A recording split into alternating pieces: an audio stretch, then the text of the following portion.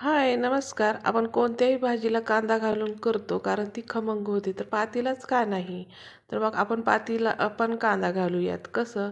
तर पातीचा पांढरा भाग असतो तो कांद्याच्या चवीचा लागतो आणि हिरवा भाग असतो तो पातीच्या चवीचा लागतो. त्यामुळे असं तेल गरम करायचं, जिरे मोहरी टाकायची आणि ओबडधोबड कुटलेला लसूण टाकून हा पातीचा पांढरा कांदा टाकायचा, जो की कांद्याची चव येते. आणि मला ना पात जर हिरवी झाली तरच खायला आवडते.